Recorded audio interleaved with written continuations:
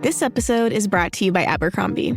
There's nothing better than the perfect jean and going out top combo, or an outfit that perfectly matches your plans. Abercrombie's relaxed jean goes with every occasion. Date nights with something lace, or daytime with a cozy sweater. And their barrel jean will surprise you. It's the trend that will become a staple in your wardrobe. Abercrombie denim comes in tons of rises, fits, and washes. Find your perfect pair online or in store. This episode is brought to you by Progressive Insurance. Fiscally responsible, financial geniuses, monetary magicians. These are things people say about drivers who switch their car insurance to Progressive and save hundreds. Visit progressive.com to see if you could save. Progressive Casualty Insurance Company and Affiliates. Potential savings will vary, not available in all states or situations. This episode is brought to you by LifeLock. During tax season, your personal info travels to a lot of places. Between payroll, your tax consultant, and the IRS. If your W-2 gets exposed, that's just the ticket for identity thieves. That's why LifeLock monitors millions of data points every second. If your identity is stolen, they'll fix it guaranteed or your money back. Don't let identity thieves take you for a ride. Save up to 40% your first year. Visit LifeLock.com/podcast. Terms apply. In the last Ontario election, Doug Ford bored the province to sleep and won a bigger majority than he had won in 2018. Well, fast forward 2.5 years, and in the current election, he's riling up the electorate using Donald Trump as a punching bag, and it seems to be working. Hello, and welcome to the Full Comment Podcast. My name's Brian Lilly, your host, and today, a look at the Ontario election. Canada's been very bad to us on trade, but now Canada's going to have to start paying up. So I think Canada is going to be a very serious contender to be our 51st state. Ontario's election is all about one man, and he's not even a resident of Ontario. It's Donald Trump. Doug Ford's pitch is that he and his PC party need a mandate to fight back against the American president with his tariff and annexation threats. Canadians are standing united from coast to coast to coast to protect Canada from Donald Trump's tariffs. The history books will show it was Canada's premiers who first answered the call to stand up and fight Donald Trump's tariffs. Ford's snap election call is something that he was telegraphing for months. We all saw it coming. We just didn't think it would be about the American president, at least for him. NDP leader Marit Stiles is trying to keep her party as the official opposition, insists they're ready. This is a snap election. You know, Doug Ford called an election 3 weeks ago. His intention was to catch us all off our game. Well, we are working really hard. My team has put together a fully costed platform. It will be released before the election, and I'm proud of it. And Liberal leader Bonnie Crombie has been doing her best trying to get voters excited so that they can regain official party status, maybe even overtake the NDP. I have some really great news. We are going to announce our platform today. Yeah. And I'm so proud of the work that we have done on our platform. Not a lot of it is new for you because it's things I've been speaking about the entire campaign, and it really focuses on the basics and getting the basics right for Ontarians, the things that matter. Try as they might to woo voters, the polls would seem to be showing that Stiles and Crombie aren't breaking through, and Doug Ford looks set to win an even bigger majority his third time around. Joining me on the podcast to talk about this is Lorrie Goldstein, a columnist and former editor-in-chief of the Toronto Sun. He spent years covering Queen's Park as a reporter. And from the National Post, Selley, who's also toiled the hallways of the Ontario legislature, trying in vain to hold politicians to account. All right, gents, we've all heard the reason Doug Ford called the election. We've all heard the opposition leaders say Doug Ford shouldn't have called the election. They've all been trying to make their case on why they should be elected. But this kind of looks like a foregone conclusion, doesn't it, Lorrie? Yeah, I mean, everybody went to the what happened in 1990 when David Peterson, the former Liberal Premier, went without a good reason to go. And we ended up with an NDP government led by Bob Rae. That didn't happen here. And I think one of the reasons was that, you know, Ford's approval ratings are so-so, but there's no anger against him. If there was, then obviously, like, Premier, you didn't go because of what's going on in the United States with Trump. You were floating an early election months ago. You were floating an early election. You reported on it, Brian, before Trump was elected. So that's the excuse. Then the second part of it is, so, okay, you've got a majority government. It has a mandate till July of next year. And you need another mandate. Why? You think 10 more seats is going to affect Donald Trump? And in terms of success, yeah, Ford and the premiers have all gone down there. Has anything changed? Trump's not going to deal with him. He's a provincial premier. I'll just say that I have to eat some crow because between Christmas and New Year, I wrote a column saying Doug Ford won't be calling an early election anytime soon. And at that point, he wasn't. His mind was going against his advisors who were saying we should go early. And then the Trump tariff threat kept coming down, and he suddenly realized, oh, well, I've got a narrative I can play with. Doesn't mean it's necessarily true, but it's a narrative he can play with. And Chris, it looks like he's played it successfully because, well, I'll just read off the average of polls from 338 Canada. The PCs, 45%. The Ontario Liberals at 27%, the NDP at 18%, and the Greens at 6%. And that would give Doug Ford estimate of about 96 seats. The Liberals the NDP 14, the Liberals 12, and 2 for the Greens. Yeah, it does seem to have paid off. I will note that as recently as as soon as a week out from that 1990 election, I was just looking at this earlier today, that polls still had the Liberals winning. It was only the last poll, like 7 days before, where suddenly they had the NDP in front back in 1990. But I don't think that that's going to happen. I mean, Bob Rae, say what you will about him, is a considerably more talented politician, I think, than Marit Stiles, who is more talented. Or Bonnie Crombie. Yeah, although I think Bonnie Crombie has I don't know, I mean, she's hauled the Liberals out of the absolute basement in terms of the popular vote, but the popular vote doesn't get you anything on election day. I've been kind of surprised how often Crombie and Stiles have both hit on this note that we shouldn't be having this election. I mean, that just seems like a terrible election issue to me, to tell people that we shouldn't be doing this. Well, then why? I mean, should I stay home? Or maybe I'll just stick with the devil I know. I think it's something that can work for the first couple days, and if it catches fire, then you stick with it. But they all went with it in the first couple days, and there was no fire there. The public seemed to be like, yeah, okay. I mean, Doug Ford's been talking about an early election since last May, so we were expecting it. So maybe they weren't bothered because of that. Yeah, it is surprising, though. I mean, he is among the least popular premiers, if not the least popular in Canada, the last poll I saw. So I guess that's what it is. He's not, people don't love him, but I don't think people necessarily need to love their politicians. I know I don't. So I think that applies to all three of us. Daryl Bricker of Ipsos has been telling me for years, Lorrie, that liberal voters need inspiration and conservative voters need competence. And I guess Ford has shown some level of competence, enough that people are willing to stick with him. Bonnie Crombie, she's lifted the party a couple of points since she took over in, December of 2023? Yep. I think they were at 24 points then. Now they're at about 27. Some polls say maybe 30, but not exactly inspiring. She's just released her platform. And one of the promises is we'll take opioid deaths to 0 in 4 years. Look, even before the opioid crisis, opioid deaths in Canada were not 0. I don't have the Ontario numbers in front of me, but I write about BC's disaster quite a bit. And I can tell you a decade ago in 2014, before fentanyl shows up, they had about 375 opioid deaths. Now it's over 2,500. Just tell me you're going to bring it down. Don't tell me 0. And then when she's asked, well, how will you do that? What will you do? And she said, well, we'll follow the science.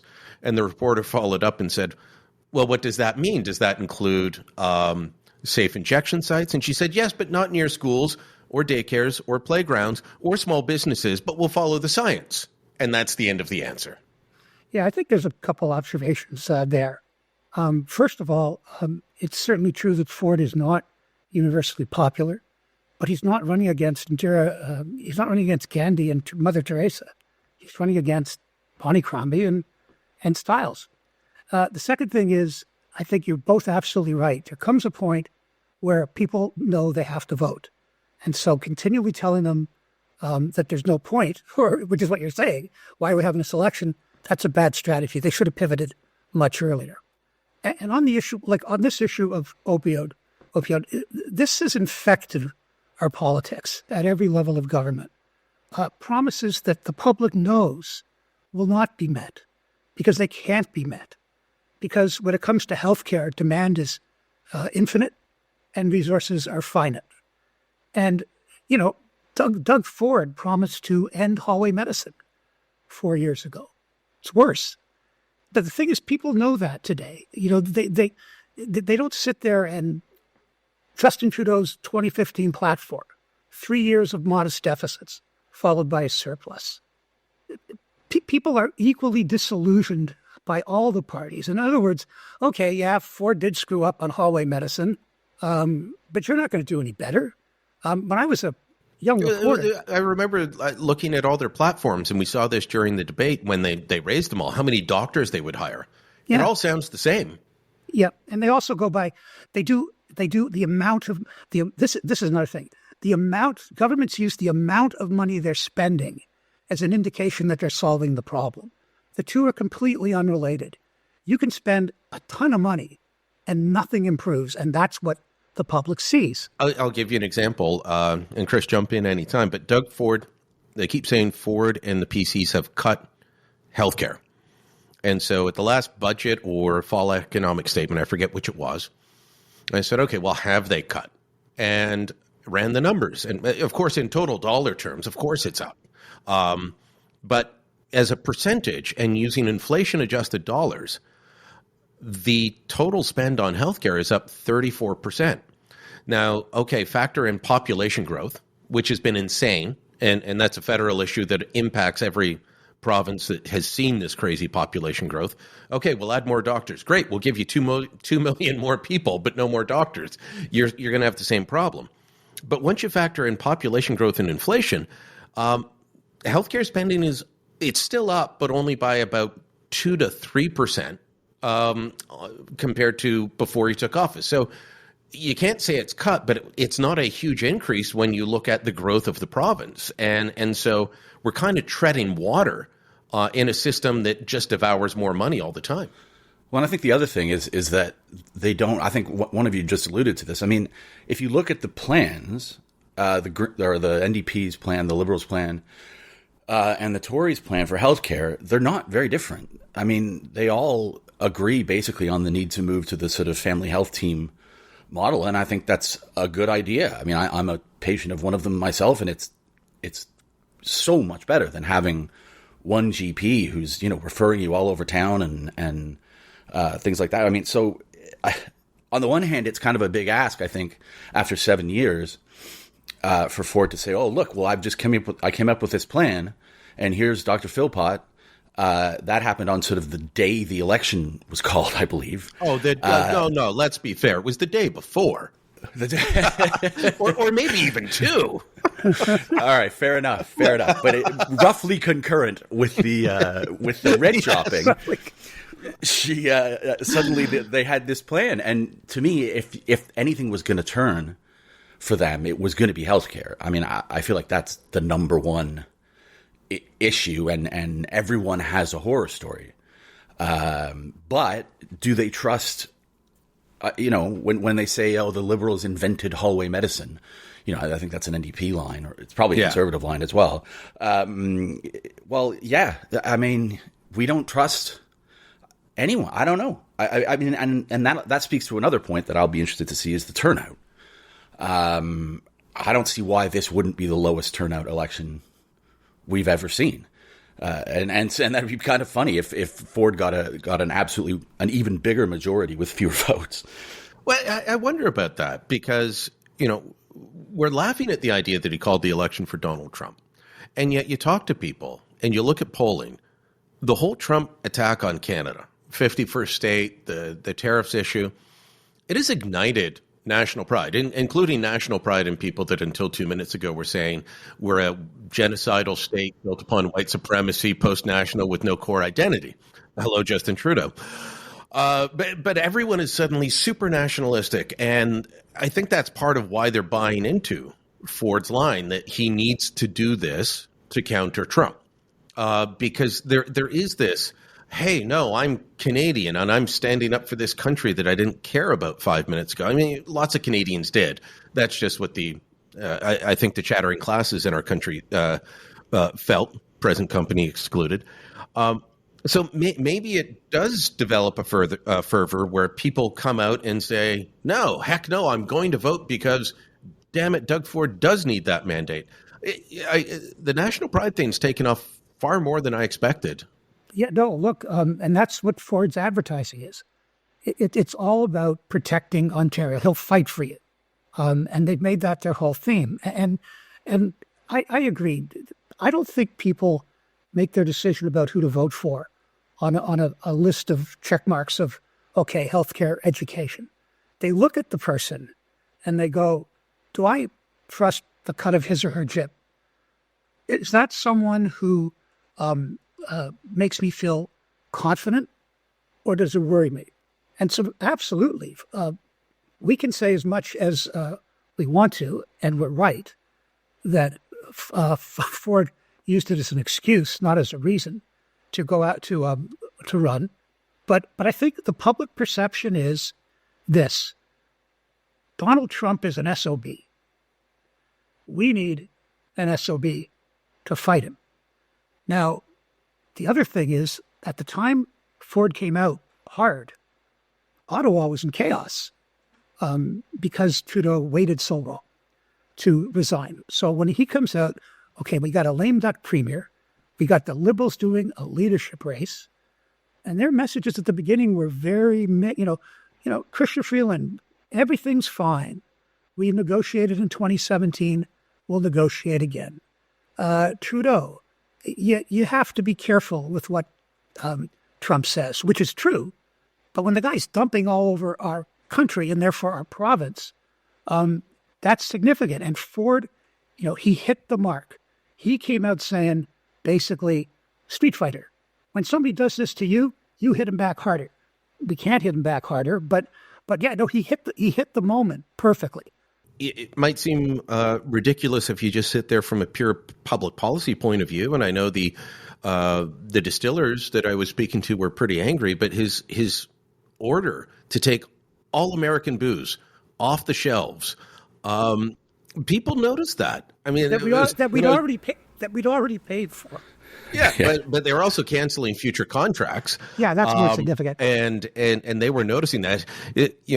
It was a bit different than David Eby out in British Columbia, where the NDP premier there said, well, we'll only take off booze from red states, not blue states. I think he wanted to keep his California Chardonnay on ice and keep drinking that. So we can all say, well, that was a horrible public policy idea. The public loved it. It was an emotional response, and voting at the end of the day for most people is it's an intuitive action. It's not logic. Yeah, and I have to say, I rolled my eyes when I first saw the idea of pulling booze off the shelves. I thought it was probably a good political strategy, but I mean, it just, I don't know, it offends me on several levels. But the more I thought about it, the more you see, Kentucky lawmakers are suddenly like, whoa, what about all our bourbon? And it's like, well, you guys are hardcore Republicans. I mean, maybe go talk to the president. The governor's a Democrat, but both true, senators and most of the people from Congress are Republicans. So yeah, the bourbon or Tennessee whiskey. Yeah, Tennessee as well. So I thought that was, kind of a masterstroke politically. Tito's handmade vodka is out of Texas. That's huge. It's one of the biggest vodkas but also potentially right a real, you got to hit them. Well, I don't know. Maybe there's other ways to do it, but it seems like the consensus is you have to retaliate and you have to hit them where it hurts. And that's things like orange juice and whiskey and all that stuff in the Republican heartland. So, yeah, I thought it was a good move. The blue state, red state thing was hilarious. I mean, that was just pure. That was just wine drinkers' privilege, right? I mean, how many red states make wine? None come to mind. Oregon, Washington, California, basically. Just down in Arizona, and they've started making wine, but you can't find it on Canadian shelves. It was quite good. It was quite good. Travel junket down to Arizona opened my eyes to that state, and it just flipped to Trump. So he was very happy. But yeah, you can't buy that up here. But California Chardonnay, well, I think he'd be happy if he started getting calls from California politicians saying, "I'm really angry at what you've done to my state." But he's going to be upset at the ones from Kentucky and Tennessee. You're right. So, it's interesting. Well, I'll shift to federal gears for a minute. This whole idea of retaliation and dollar for dollar. The best description I've heard of it, maybe you guys have heard better descriptions from others, but Pierre Poilievre was laid out his plan, and he said, we've got to hit them dollar for dollar, but we don't have to tariff what they do. And the way he described it, I thought was the best I'd heard. If it's something that we need, we're not going to put a tariff on it. If it's something that we can build here or buy elsewhere, we will. And I thought, okay, in the middle of winter, that's really smart because we're getting a lot of our vegetables from like Bakersfield, California, and places like that. And fresh vegetables and fruit is an important thing. But if we can find an alternative, tariff it at 50%. Who cares if we're going to retaliate? There is this, and I agree that that's a wise approach because, there is this sort of contradiction where we say all tariffs are bad. Now here's ours. I mean, well, are they all bad or are they not? Like, why are we making our lives more expensive? We say, well, this is just going to make Americans' lives more expensive, and then we put in tariffs that are going to make Canadians' lives more expensive. I mean, I think it's probably the only language that Trump understands. It's just purely sort of transactional moves like that, but it doesn't mean as you say, fresh vegetables. I mean, people seem to like those, and if we get rid of those, then in the winter we don't have any. I guess we have some stuff in the root cellar from the summer, but other than that, we don't have anything. You and I live in downtown Toronto. We both live in condo heaven, Chris. There's no root cellars. Come on. There's no root cellars. I think I may have a sack of potatoes in the cupboard over there from a while back. One area of Canada's industry that's going to be hit hard is beer. I've been talking to the brewers, and they're really worried about the tariffs because the aluminum comes from here. And most beer is now sold in cans. The days of the stubby, they're long gone, but so are the days of the long neck. Most beer gets sold in cans made out of aluminum. And so the aluminum gets shipped down from Quebec to the States.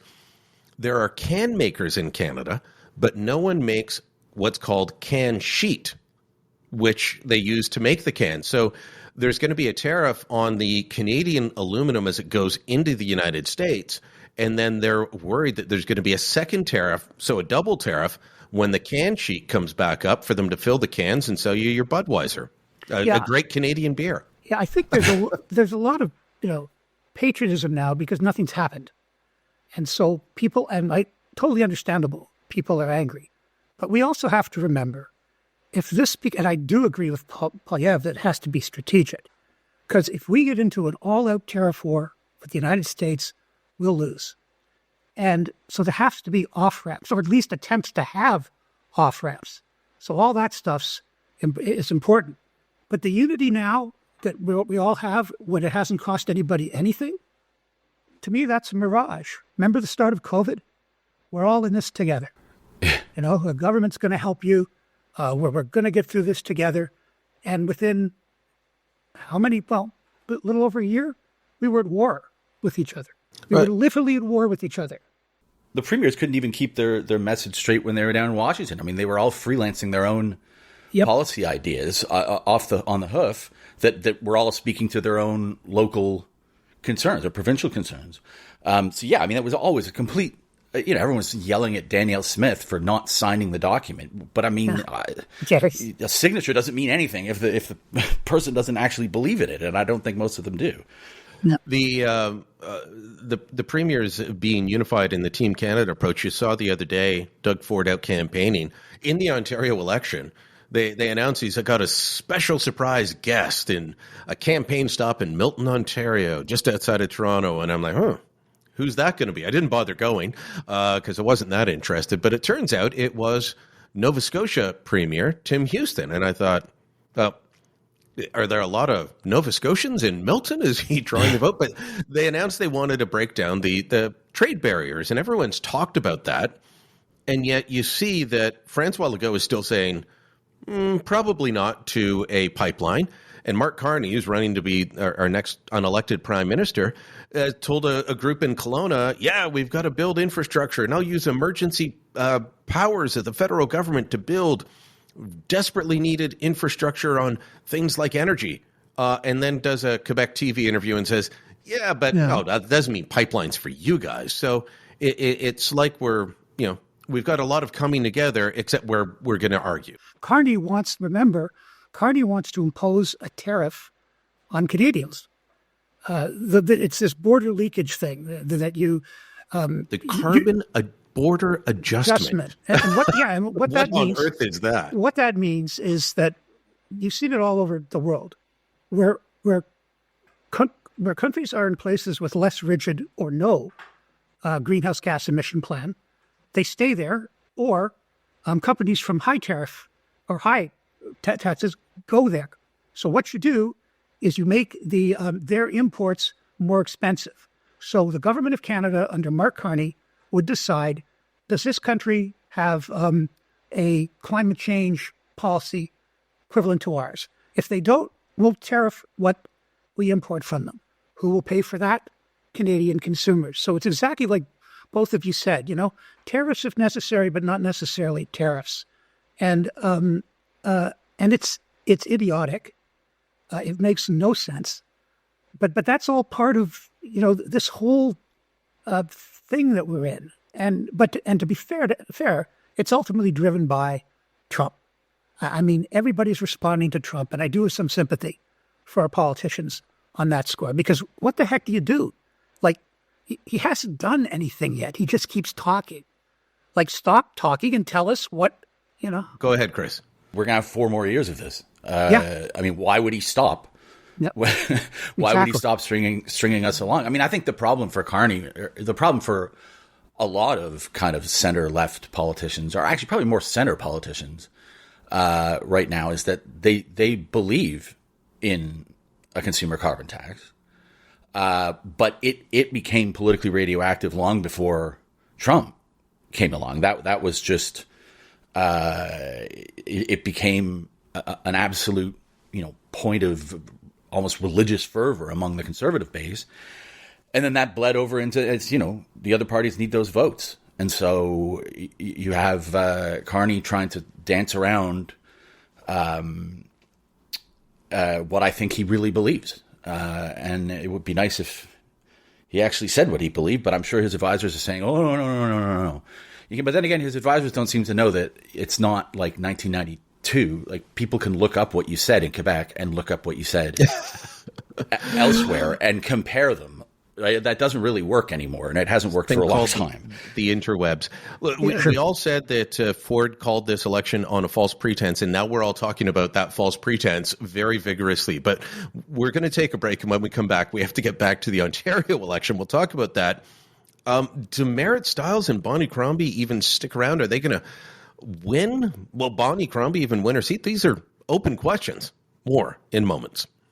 Postmedia is launching a brand new podcast, Canada Did What? It'll be hosted by Tristan Hopper. Funny guy, interesting guy. He's been on this podcast. Canada Did What will dig into the untold, surprising political stories of the last few decades. And Tristan Hopper is going to look at everything from the metric wars to Morgentaler, the October crisis, the abortion debate. We're unpacking all the wildest political moments you might think you remember and giving you the real story that you never knew. Tristan will talk to the politicians, journalists, newsmakers who were right there when history happened and he's going to have a lot of fun doing it. That is coming out shortly, so keep an eye out for that one.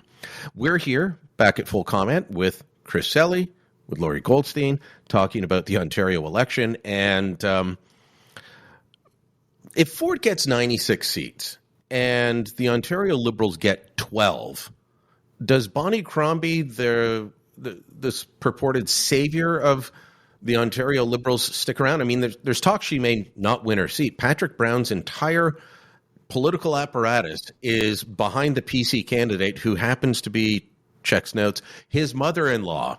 Hazel McCallion's son, the sainted Hazel McCallion of Mississauga, has endorsed Sylvia Gualtieri, Patrick Brown's mother-in-law, for the PCs. They're putting a real push to try and make sure that Crombie doesn't even win her seat, and she's got to be campaigning across the entire province. So what do you think happens going forward after this election? Because I think we can be pretty sure, barring a meteor strike, that Ford's going to win. Yeah, the way I would look at it is that if she gets the Liberals into second place, even by one seat, and over the NDP, and establishes they've returned official party status, she stays. It's one election. If Stiles, this is their first campaign for both of them. There used to be a tradition in politics in Ontario that you got two chances. That doesn't really apply anymore. People get blown out after one. But to me, the battle here that I see is for second place. Even if the NDP is in second and Bonnie Crombie gets official party status, that's a partial win. But for the NDP's been going downhill ever since they had a majority government at the end of 95, which they so screwed up that they're not coming back. So to me, it's really second place, and things like, does Bonnie Crombie win her seat? Because the main thing in this election... But you think if she wins her seat, and you said gets to second place, right, that she'll stick around? That's enough, because then you're the government in waiting. Then she's 65. It's 4 years from now. Yes, but remember, is she going to want to do that job of going out and rebuilding the electoral district associations? By the way, my comment about her age isn't being ageist. It's just like you're at an age where a lot of people end up retiring. But remember, if Ford wins, the next election he'll have been in power for 12 years. Nobody's done that in recent Ontario political history, or, say for Jean Chrétien, in federal history. That is a long time. That's a lot of baggage next time. I would presume that Ford wouldn't run again to go for 4. But, one thing we just forgot to mention is that one of the main reasons Ford wanted to win was while the federal Liberals were still in power. Because with rare exceptions in Ontario voters like different parties in Ontario and in Queen's Park. So one of Ford's concerns was, up to 3 weeks ago, was that Pierre Poilievre was going to have a majority, and now he's got it. So he was worried about the federal budget, assuming that had Poilievre gotten in before him, that the first budget would have a lot of cuts. Part of the reason for going now early over Trump is that they were like, by June 2026, if those tariffs go in, they're probably going to be hitting really hard at that point. Unemployment will be up and the economy will be down. Mm-hmm. Yeah, no, I think Lorrie's point is well taken that 3 election wins, 3 strong majority wins is a rarity. 4 is like Mackenzie King territory, right? Or the Ontario Tories of the not in the modern era 50s and 60s. Yeah. So I even think they didn't do it with the same leader every time. No, that's right. So I would think that she would have a strong case to stay, as you say, as if she posts some kind of respectable showing. And I mean, I just think this one and done thing is silly. Unless there's a really good reason to get rid of them, Stephen Del Duca. Horrible decision. Everyone could see that from day one. But this idea that you're supposed to, this partisan idea that you're so virtuous that if you can't take down this person, that you must just be not fit for purpose and you have to go into exile afterwards because you didn't get it done. I mean, no one, it would have been an amazing thing if the Tories had managed to lose this election. So I think there's a good case for it. I mean, the NDP are much more tolerant of losers who keep losing and losing and losing. Well, look at the federal NDP. Oh, my God. Tom Mulcair gave them their second best result ever, and they got rid of him. And had to go. They brought in Jagmeet Singh, and he's had two horrible results, and they still love him. And I don't think they will get rid of him after this next federal election, which will also be horrible for the federal NDP. It's Ontarians letting that party down. It seems to be right. Like they govern in BC regularly, they govern in Manitoba regularly. I guess they haven't governed in Saskatchewan for a while, but they pulled 40% of the vote in the last Saskatchewan election. What, 2007 was the last time the Saskatchewan NDP was in power, and they threatened this last one. Yeah. So what is wrong with New Democrats in this province? Like, nothing happens at Queen's Park, and then they go to Ottawa, and they're an anchor on the party there, too. If I'm like David Eby or Rachel Notley, I want to sort of almost secede, just make a new party. Is it that... We'll turn to Lorrie, because Laurie's the elder statesman. 1990 was my first election. I voted for Bob Rae in the NDP. I was a young college student. I was like, of course, this Peterson guy, to heck with that. You were a young man, under 30, of course. I never thought Bob Rae was going to win. I woke up with the hangover like everyone else. But is it that 5 years, which... things were really bad in Ontario then. Is it that 5 years that people will just not forgive the NDP for? Or are they too detached from where they used to be? Doug Ford has 13, at least, unions endorsing him now. Unions that used to back the NDP, or some back the Liberals, but most the NDP. The NDP, when I watch them at Queen's Park, I'm always thinking, wow, are you guys a political party, or am I watching the lobbyists for the public sector unions ask the government questions? Because they never really go outside that sort of realm of ideas of what's important to CUPE and OPSEU. And if you're not a member of CUPE and OPSEU, I don't find them speaking to you. So what's your take? Is it the 1990 to 95 issue? Is it, detaching themselves from their roots? What? I think it's two things. I covered the whole era of Peterson as a Queen's Park reporter, and then Bob Rae's ascendancy. And the first problem, to be fair to Bob Rae and the NDP, in 1990, the economy was about to head into the tank. That's why Peterson called the early election. He wanted to get in before the bad effects of the recession hit. But when they got in, I remember covering their first budget. We're all in the lockup. Okay, what are they going to do? What are they going to do? Now, the numbers today sound charmingly small, but back then, in context, they were huge. They had a $3 billion deficit, and they said, we are proud to be fighting the recession, so we're going to triple the deficit to $9 billion. And they did things like they gave a substantial raise to the civil service, well above inflation. And when that happened, I remember asking a question in a scrum. You realize you're going to have to give them that every year, right?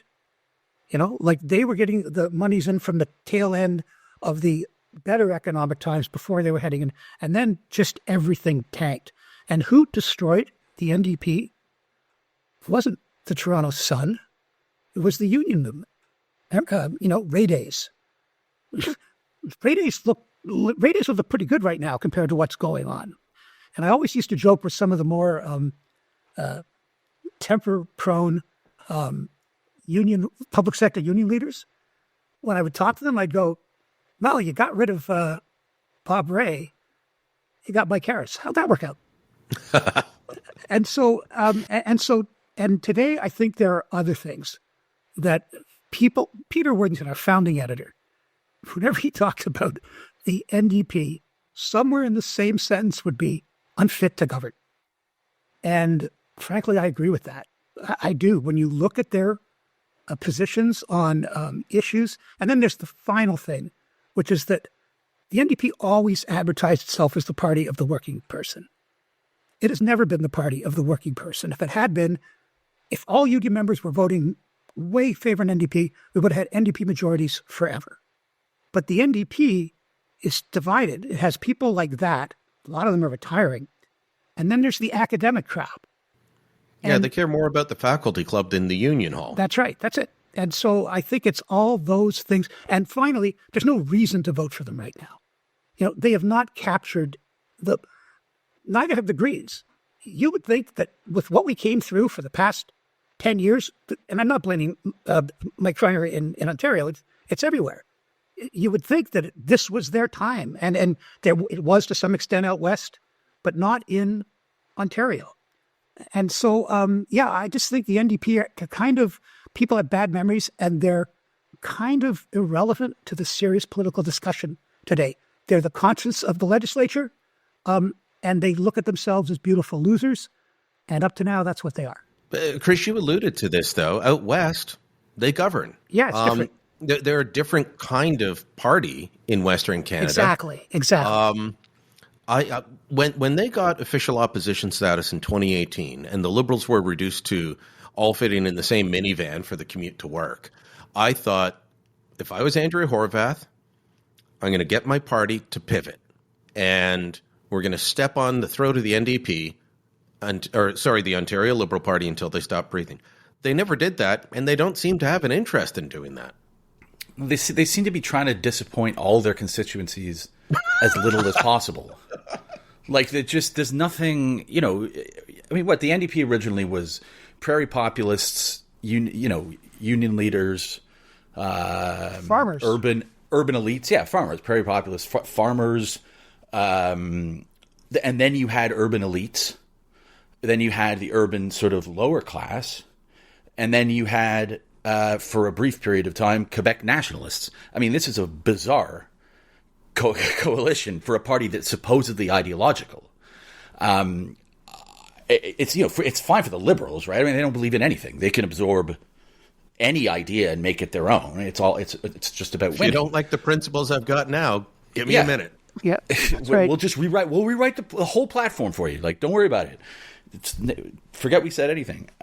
So no, they don't seem to know what they want to be. I mean, and they're certainly not appealing to the young urban set, who I think are desperate kind of to vote for them. Not all of them. Well, I mean, a lot of them have migrated to Pierre Poilievre, and what an indictment of the NDP that is, that they've let him. No, I'm not criticizing Poilievre. I just mean that they've let this guy who they think is Satan incarnate eat their lunch. I don't know. I don't understand what is up with that party. It's like they don't even want to win. Bonnie Crombie had one great line in the debate, and it's when she said to Ford, "You didn't get it done." And I thought, why hasn't she been using that more? Turns out she has been using it for a while, but not very effectively, because as someone who pays attention to this as much as I can, I hadn't heard it. And I thought that should have been her slogan, because what was Ford's slogan last time? Get it done. And look, if we're being fair to all the parties, Ford would be able to point to some things and say, yeah, I got it done on that. Or we're in the middle of getting it done. Yep, the 413's moving ahead. The Bradford bypass construction has started. We're getting you a hospital there. He could point to certain things. But there's also a lot of things he didn't get done. And Crombie could have pointed to those. And there's a great ad from about 2008 that she could have just lifted the entire script and changed the names. The Conservatives ran it against Stéphane Dion. You didn't get it done. It was highly effective. That was Michael Ignatieff's line against Michael Ignatieff in the 2006 debate telling Dion you didn't get it done. She could have done all this. And it's, for all of Ford's problems, it's remarkable that from 2018 until now, they have not been able to prosecute him on anything. The guy has stumbled a lot. He's done some things well, he's stumbled elsewhere, but they have not been able to prosecute him. I think part of it is that he lives in their heads, rent free. I think they just can't, a lot of them just cannot understand what would lead people to vote for this person or this party. Like and so because they don't understand, they come out with these strategies that are sort of, that I think the average person looks at and is like, well, I don't like him that much, but he's not the devil. Like, why are you so upset? Well, the other thing, I think, Brian, you're making a great point.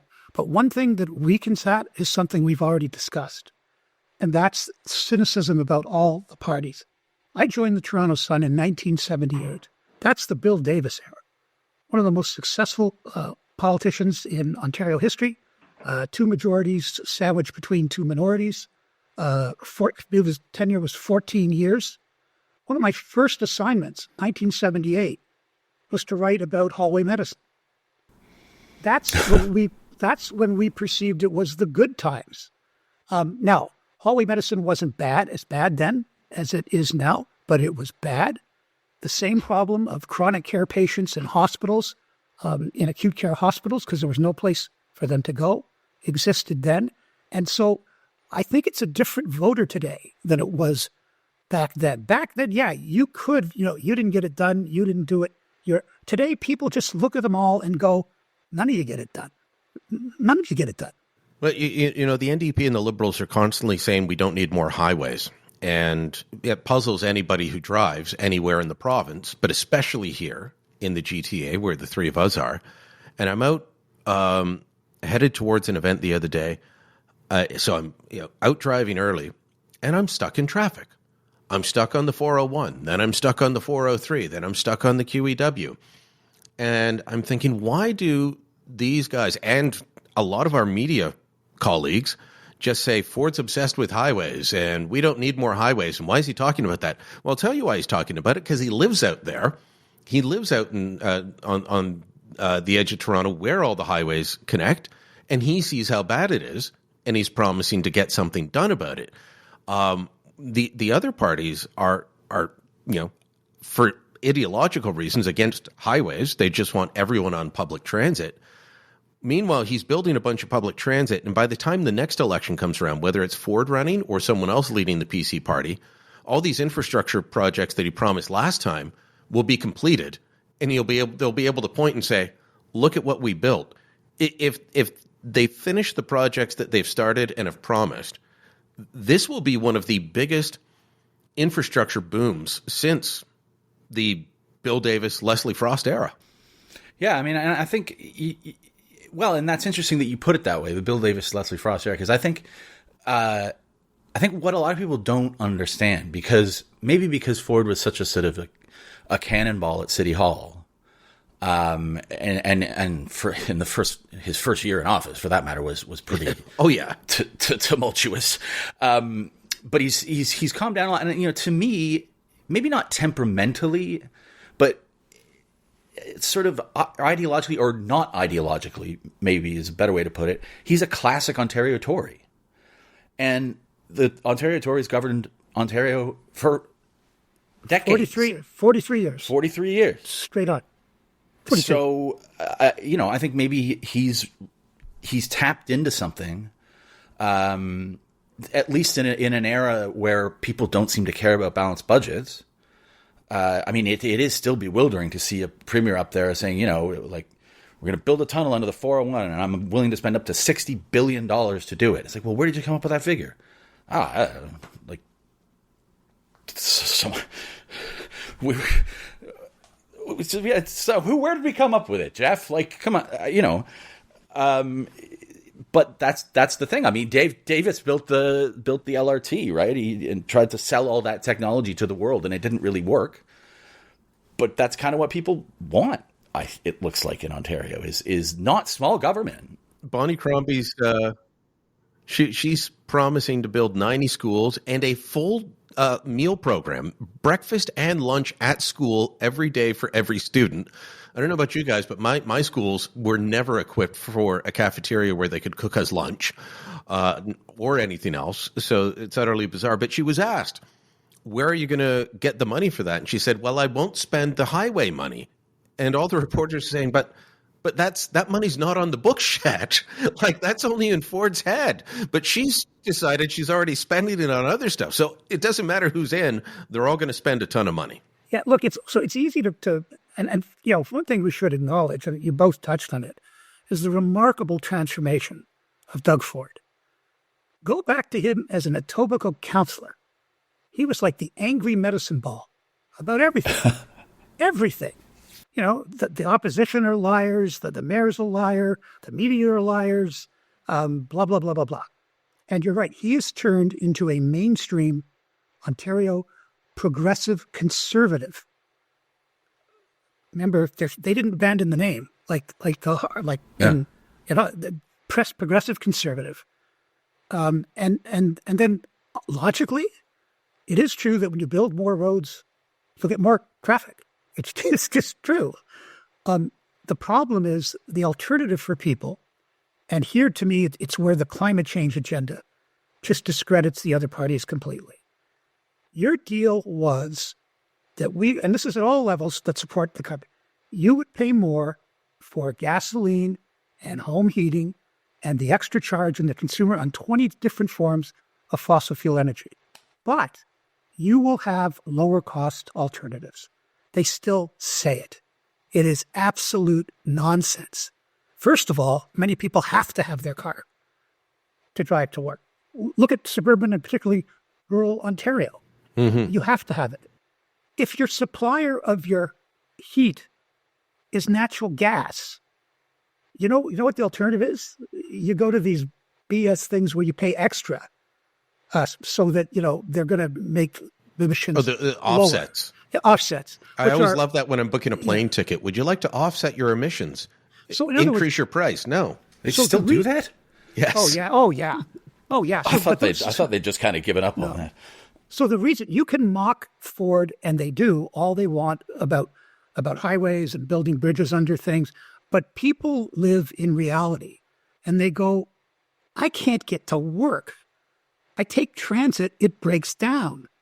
The Eglinton Crosstown in Toronto, it's years overdue. We got all Ottawa LRT. Exactly. The Wi-Fi worked and nothing else. So it's all sitting there. And like when I drive, I go, they are literally white elephants, the Metrolink stations for the ecology along Eglinton. They're white. They're literally white, and they sit there, and they're going to give us a start, they think, maybe this year. So all I'm saying is that when these opposition parties mock Ford for tunnels under billions of dollars of waste, we're outraged. The public goes, well, at least he's trying to do something that's relevant to my life, at least. Last word to you, Chris. And the record is, I was just to say that their record on public transit's really good. Mm-hmm. Notwithstanding the fact that the crosstown can't open, and we're not entitled to know why. They seem to have. I think they've. The tracks were improperly laid underneath. It's like they punctured hell underneath Yonge and Eglinton or something, and they're just trying to. And they're trying to keep it in check. I mean, it's bizarre. There's several dedicated transportation reporters in this city, and even they haven't. No, even their sources haven't told them really what the problem is. But expanding GO service, I mean, that's huge compared to 10 years ago, compared to 20 years ago. They didn't start it, but they continued it. So I think all the more reason that those opposition attacks maybe ring hollow, because it looks to me like it looks to some people that he's focused on both people, on car commuters and public transit commuters. Good point. All right, gentlemen, we're going to leave it there. We were able to talk about the Ontario election far more than I thought for an election that nobody cares about, nobody wanted, and we'll see what voting is like later this week. Thanks so much for the time. Take care. Thank you. Full Comment is a Postmedia podcast. My name's Brian Lilly, your host. This episode was produced by Andre Proulx. Theme music by Bryce Hall. Kevin Libben is the executive producer. Remember to subscribe to Full Comment on Apple Podcasts, Spotify, Amazon, wherever you get your podcast, and help us out by giving us a rating, leave a review, and tell your friends about us. Thanks for listening. Until next time, I'm Brian Lilly.